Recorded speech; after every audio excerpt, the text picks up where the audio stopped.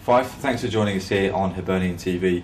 We're here in the Director's Lounge at Easter Road, and further to the interview that we conducted with Scott Lindsay last week, where he discussed his change of role. There's been a similar change of role for yourself from Commercial Communications Director to Managing Director, a new position here at the club. For the benefit of our viewers, can you explain your remit and also why that role is required here at the football club? Yeah, as Scott highlighted in his interview, with the completion of the infrastructure projects, the executive team sat down in February, March and looked at how we run the club, what's the most effective way to run the club.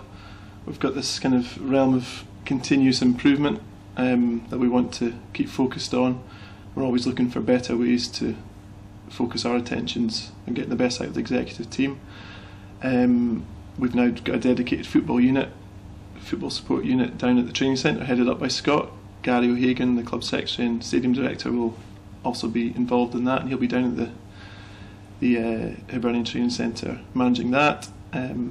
Myself and Jamie will be based here. Jamie, our finance director, and my new role as managing director will be essentially the day-to-day running of the club, covering my old remit of the commercial side of the business, sponsorship, advertising, hospitality, the ticketing, the retail, the communications, external, internal media, and also taking responsibility, working with Gary and his team on the stadium, so getting prepared for match days, delivery of all the important things, basically preparing all the infrastructure and revenue lines around the team.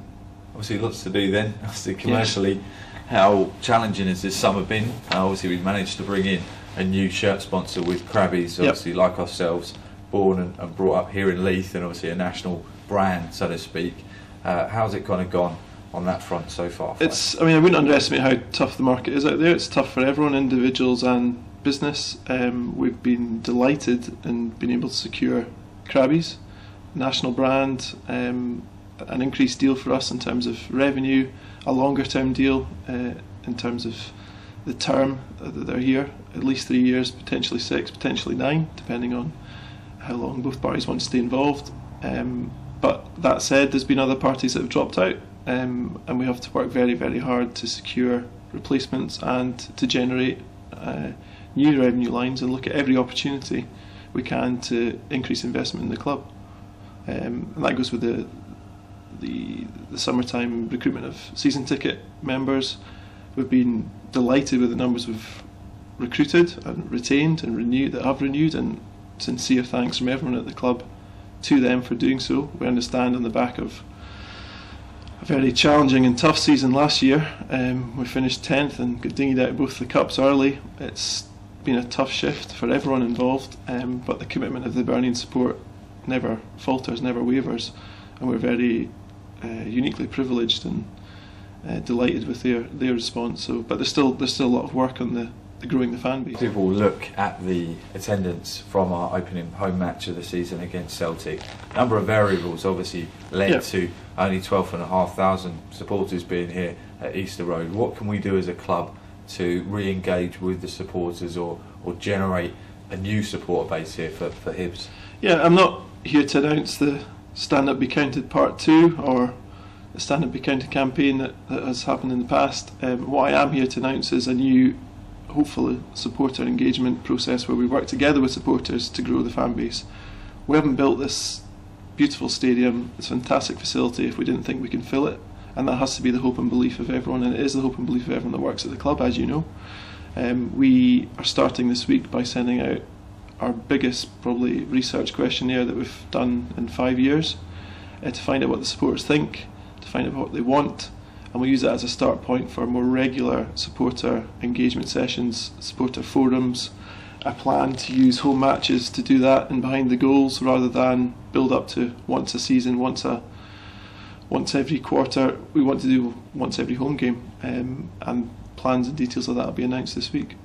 See, in the past you've conducted listener groups as well with supporters.